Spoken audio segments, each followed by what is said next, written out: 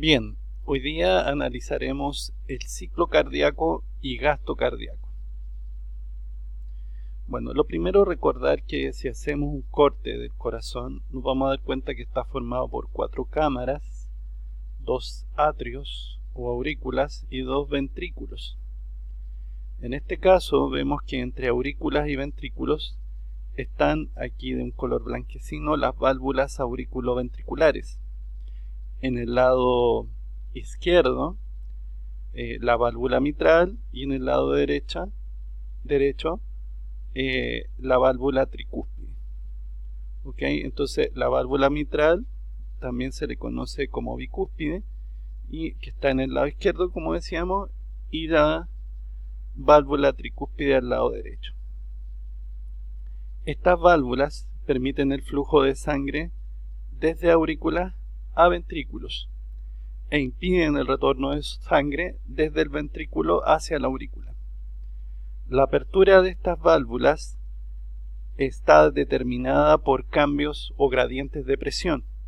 Cuando la presión en las aurículas, cuando la presión intraauricular es mayor que la presión intraventricular, entonces se abre la válvula y eso permite el flujo de sangre desde las aurículas a los ventrículos.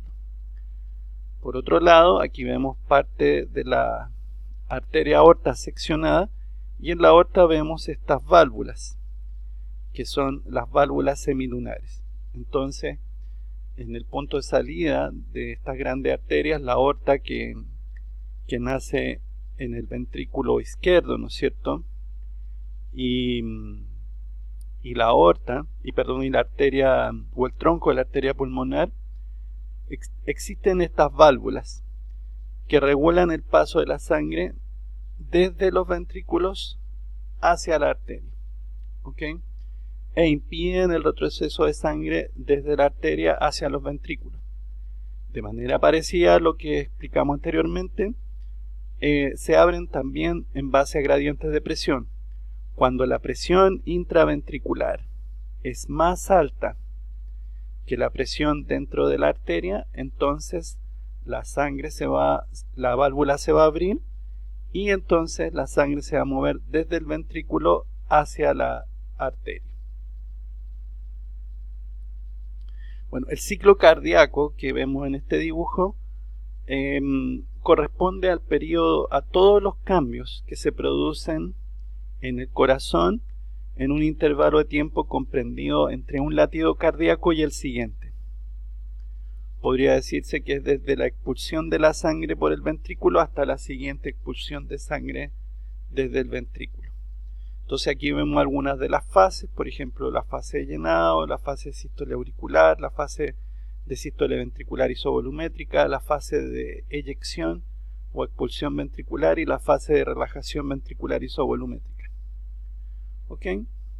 Bueno, esto mismo lo podemos ver en este otro dibujo, en donde lo que vemos aquí es la fase de sístole ventricular isovolumétrica. ¿Por qué se llama así? Primero hay que darse cuenta que sístole significa que está en las paredes ventriculares en contracción, lo que implica un aumento progresivo de la presión intraventricular.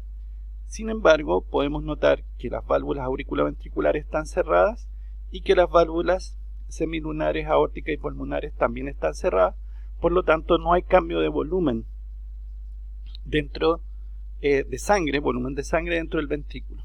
Por eso se llama isovolumétrica. Luego vemos la fase de eyección ventricular.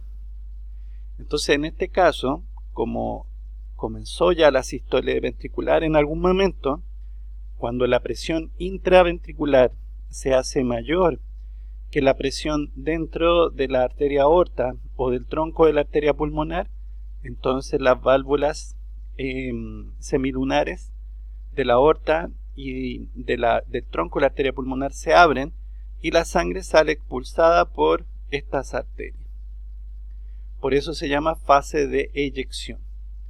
Noten entonces que en esta etapa se abren entonces las válvulas aórticas y del tronco de la pulmonar y vemos también que las válvulas auriculoventriculares se cierran.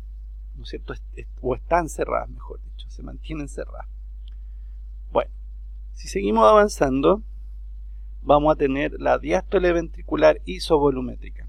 En la diástole ventricular isovolumétrica, entonces se relajan los ventrículos, las paredes ventriculares, y la presión intraventricular cae.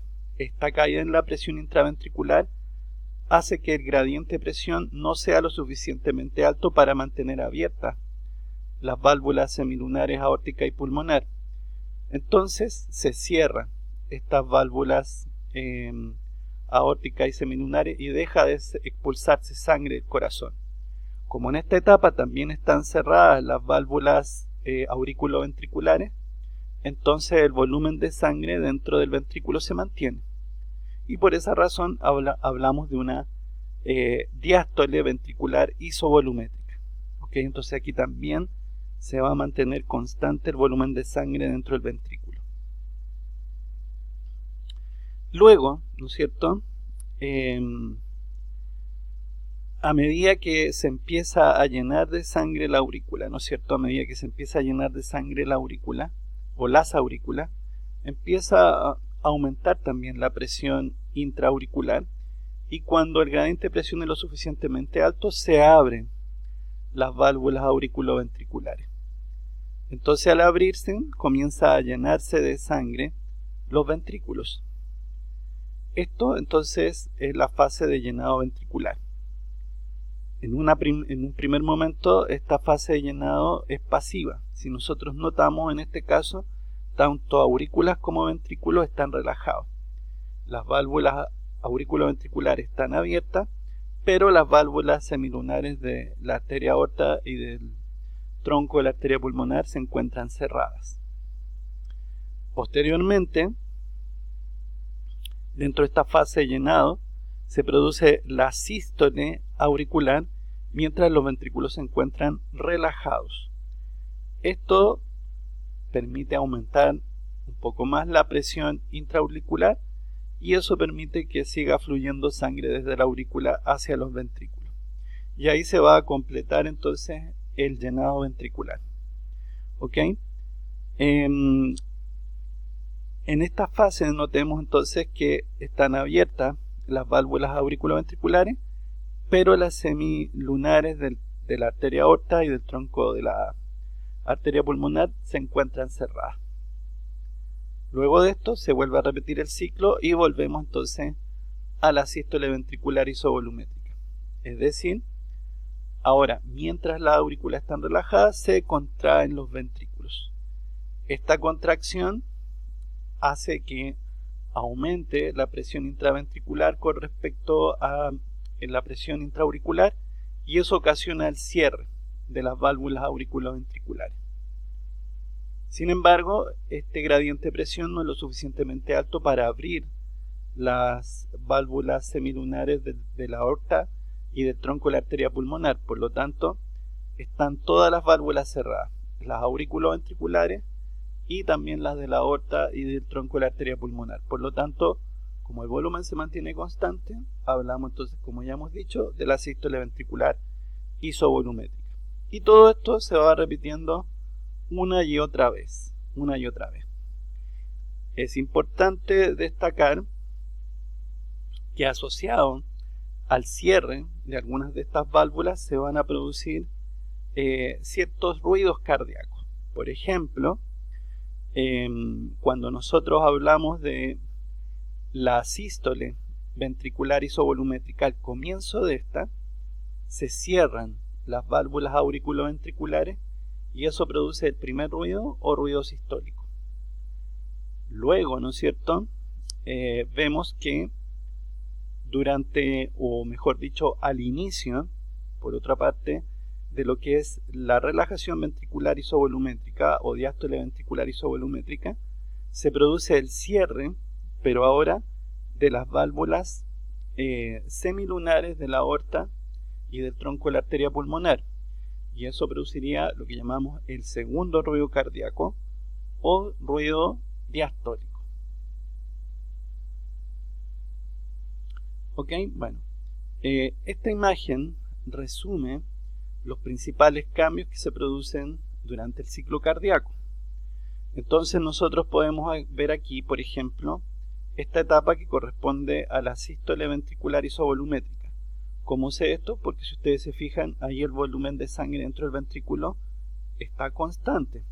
Sin embargo, la presión intraventricular ha aumentado. Entonces, esa flecha aquí al inicio de la sístole ventricular isovolumétrica me muestra el punto en donde se cierra la válvula auriculoventricular, que correspondería al primer ruido cardíaco que vemos acá abajo. Luego viene la fase de eyección, es decir, continúa la sístole ventricular aumentando la presión intraventricular, y eso entonces provoca la apertura de las válvulas aórticas y el tronco de la pulmonar, y entonces la sangre dentro de los ventrículos disminuye porque se está expulsando a través de la arteria aorta y el tronco de la arteria pulmonar. Posteriormente viene la relajación ventricular isovolumétrica. ¿Cómo lo sé esto? Porque el volumen de sangre se mantiene constante dentro del ventrículo, no sube ni baja. Sin embargo, la presión intraventricular decae por la relajación, ¿no es cierto? Va decayendo hasta que se produce entonces nuevamente la apertura, ¿no es cierto?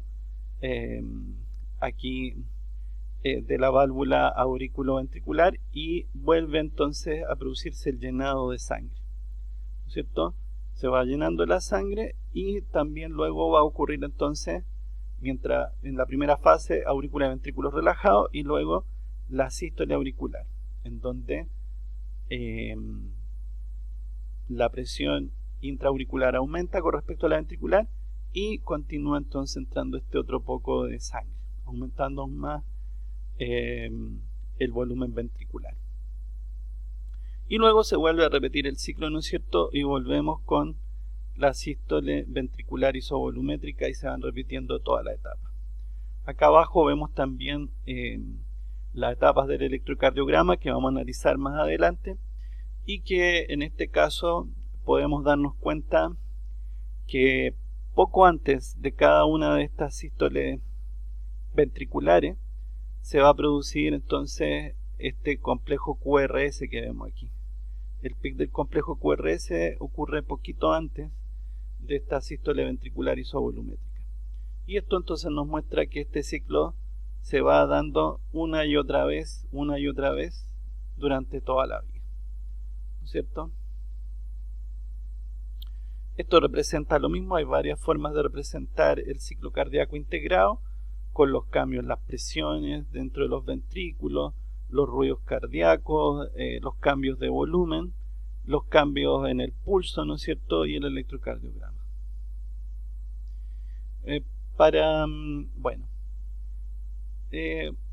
Se ha estudiado, ¿no es cierto?, la relación que existe entre el volumen diastólico final y lo que es el volumen de latido, y que eso se resumió en lo que era la ley de Starling. Y estos experimentos muchas veces se hicieron en corazones de animales, por ejemplo de perros, en donde se aumentaba o se reducía el retorno venoso de manera controlada, y para eso se trabajaba con un depósito de sangre conectado entonces en este caso a una de las venas, ¿no es cierto?, por ejemplo la vena cava, y lo que se hacía entonces o las venas pulmonares, y variando la altura del depósito se variaba lo que era la presión hidrostática. Entonces la presión de llenado la podíamos disminuir si estaba más bajo, o aumentar si estaba más alta.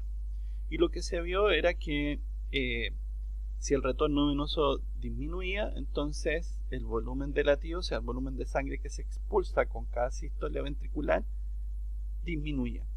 Pero si esta presión aumentaba, esta presión de llenado, aumentaba también el llenado ventricular, y eso aumentaba el volumen de latido. Luego esto se resumió en lo que era la ley de Frank y Starling, que describía que el aumento del volumen sistólico y del gasto cardíaco se producía en respuesta a un aumento en el retorno venoso o del volumen diastólico final.